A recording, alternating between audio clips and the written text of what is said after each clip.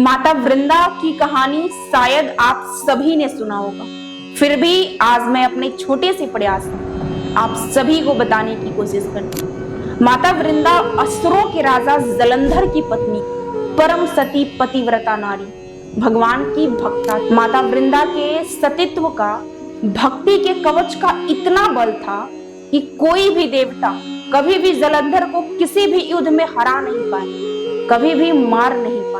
सारे देवता भगवान श्री हरि के पास गए और भगवान से बोले कि आप कुछ कीजिए, नहीं तो बहुत ही अनर्थ हो जाएगा।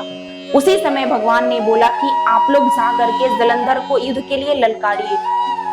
सारे देवता जलंधर को युद्ध के लिए ललकारने लगे। जब जलंधर युद्ध के लिए चलने लगा तब वृंदा ने कहा कि स्वामी, आपकी विजय, आपकी कुशलता के लिए मैं पूजा में बैठती हूँ और जब तक मैं पूजा में बैठी रहूंगी आपका कोई एक बाल भी बांका नहीं कर सकता। माता वृंदा पूजा में बैठी और जलंधर युद्ध के लिए चला गया देवताओं के पास। थोड़ी देर बाद भगवान श्री हरि खुद ही जलंधर का चेहरा लेकर के, रूप धारण करके माता वृंदा के सामने आ गए।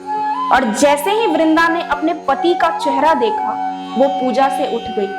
और जैसे ही वृंदा पूजा से उठी उधर जलंधर का कटा हुआ सर वृंदा के सामने आकर के गिरा।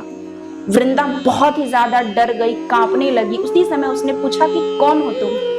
भगवान अपने असली रूप में आए। वृंदा ने कहा कि आपने भगवान होकर के मेरे साथ छल किया।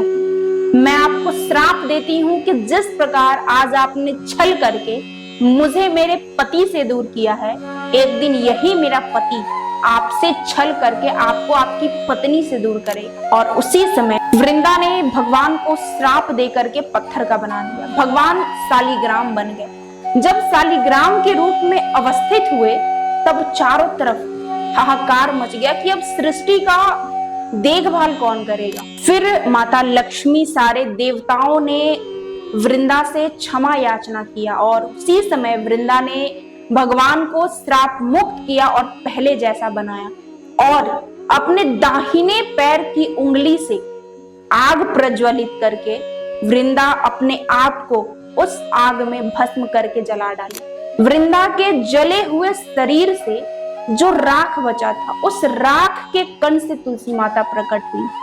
वहीं से तुलसी का जन्म हुआ। तब भगवान ने कहा कि आज के बाद मेरा एक स्वरूप शालिग्राम के रूप में रहेगा और मैं कहता हूं कि आज के बाद तुलसी का विवाह शालिग्राम के साथ करवाया जाएगा और तुलसी को मैं अपनी अर्धांगिनी के रूप में स्वीकार करता हूं। और मैं ये भी कहता हूं कि आज के बाद किसी भी भोजन में जब तक तुलसी नहीं पड़ेगी मैं उसे स्वीकार नहीं करूंगा।